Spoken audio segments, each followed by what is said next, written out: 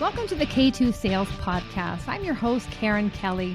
Every week, I'll be sitting down with a sales executive where they'll share their stories and experiences that produce game-changing results. Let's be honest, sales can be a tough game. I'm sure at some point, we've all delivered a less than stellar demo, been ghosted by a client or two, and sometimes maybe we did more talking than listening. And that's where I can help. The stories and insights our guests share can be applied to your own business, your territory, or with your team, so you're not reinventing the wheel. Our weekly tactics and strategies help you get out of your head and start creating your own path towards game-changing results.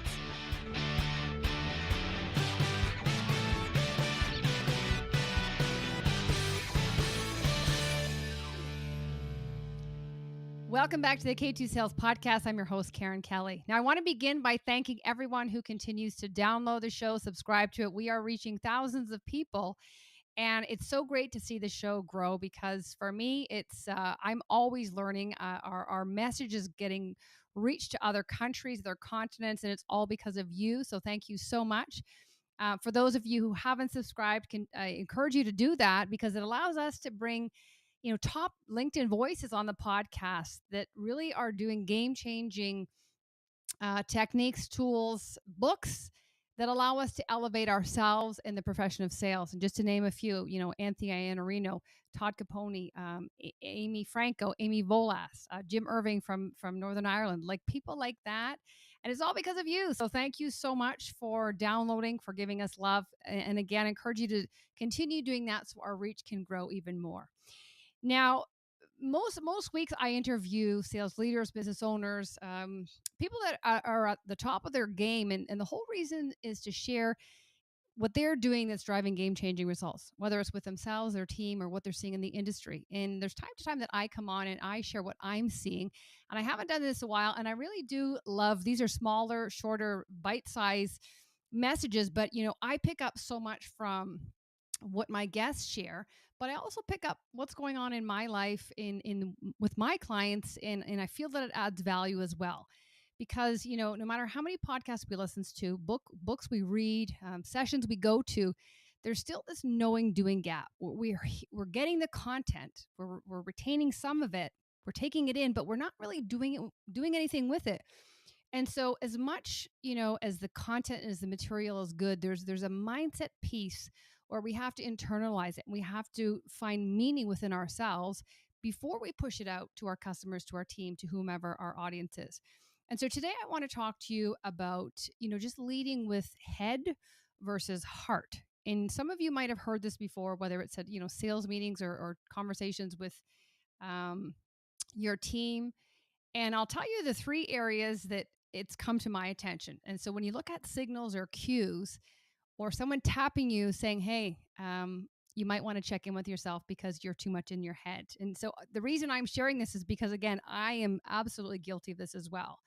And so the first one is, when I was in Sedona, I do an annual retreat to Sedona, and I do a spiritual session, and I go on my own and I really get clarity. And so that was the first thing that they brought up is you are so in your head, you're doing.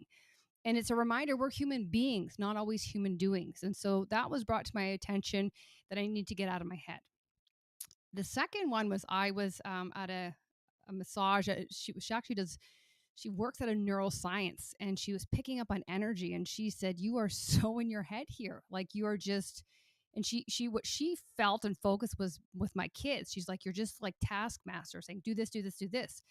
And she's like, you have to look at life as a journey as well. So at the end of the day, yes, you got all your lists your to-do list done, but are you connecting with your kids? Like, are you actually feeling anything? Or are you just going through the motions?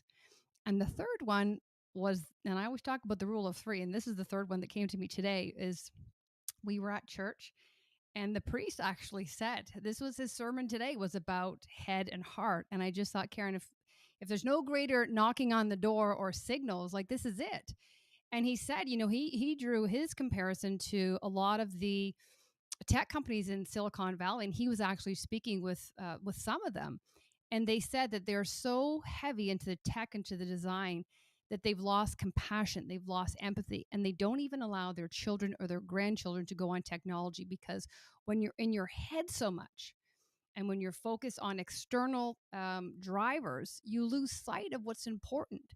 And so I just felt really compelled to share this. And the reason it's always important, but the reason I feel now is if you think about where we're at Q4. For most of us, whether we're a sales leader or we're a sales rep, we're trying to pull everything in before the end of the year.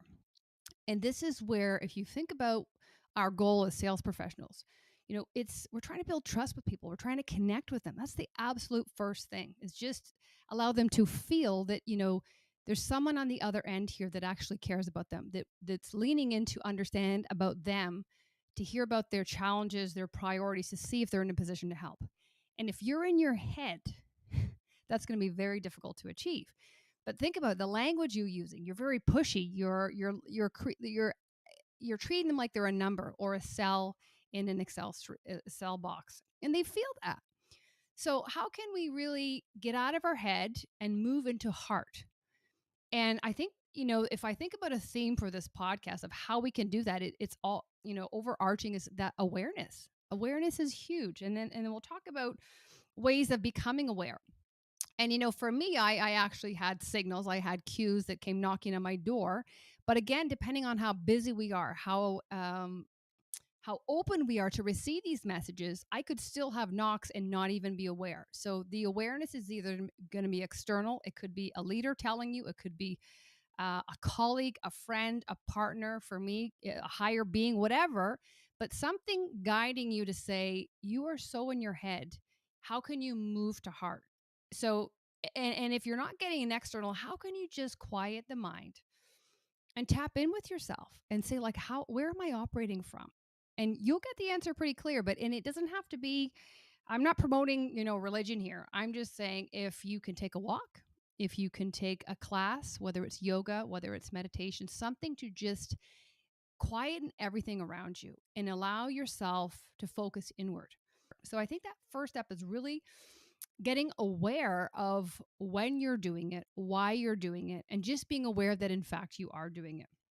And again, the awareness can come in the form of external or internal. Okay, so just be aware.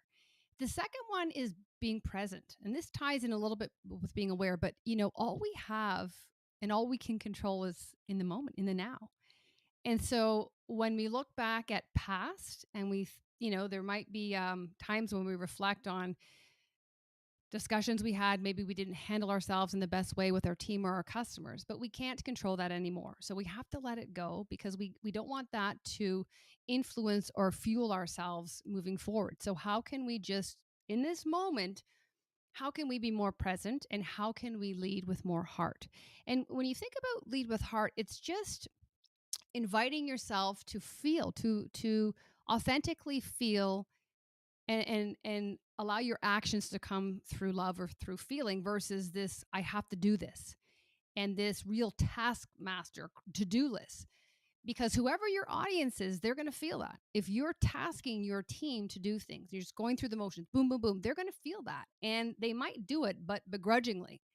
And if you're trying to do that with your customers, again, and they feel that, and they're not going to do it, because they also feel that you're no different than other salespeople. So it's just about being present in the moment, looking at what's within your control, and really being mindful of leading with the heart. And part of that is igniting your heart and really saying, like, what, if I'm going to lead with my heart, then what makes my heart happy? What fills my heart up? What fills me up? And a lot of us don't know what that is. A lot of us might be doing it for friends, for partners, for kids. But if we don't know what makes us happy, what lights us up, how can we be present, and how can we convey that or transfer it to our audience? So if we're going to lead with the heart, know what fills your heart up. Know what excites you. Know what brings you passion, contentment, joy. Because all these things are related to the way in which you connect with others. And if you're struggling to connect with yourself, again, there's going to be an incongruence. And the third one is, think about where we're at. We're coming up to, again, the end of the year, and a lot of people set their New Year's resolutions, their goals, around this time, or the New Year's resolution would be, closer to the end of the year, even the end of the year. But I would say now, what can you create a start, stop, continue list now?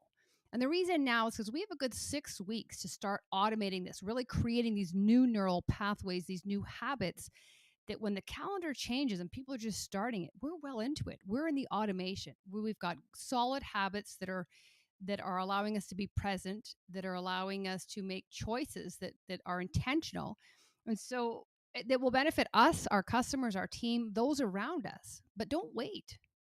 So I would say create a list now of what are you doing well that allows you to be present, that allows you to lead with the heart, that allows you to fill yourself up first.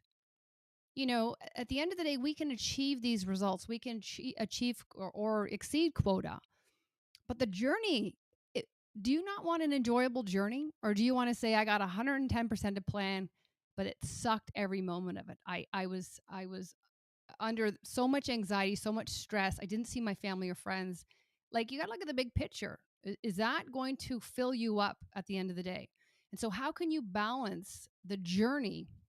And so, again, look at what you're doing well, what's in line with keeping balance in your journey, and what can you do if you're not doing those to start those.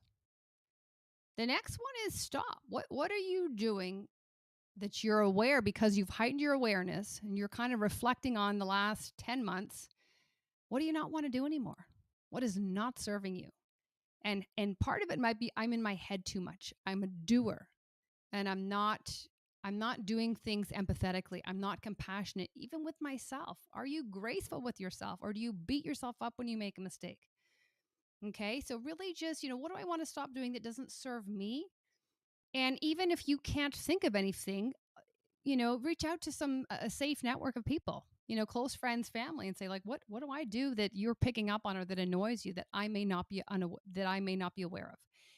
And the third one is continue. So what are you doing well that you're like, this is serving me, good for me, pat myself on the back, and continue doing that? Because a lot of people, New Year's resolutions or goal setting or creating new standards, feel that everything has to be new.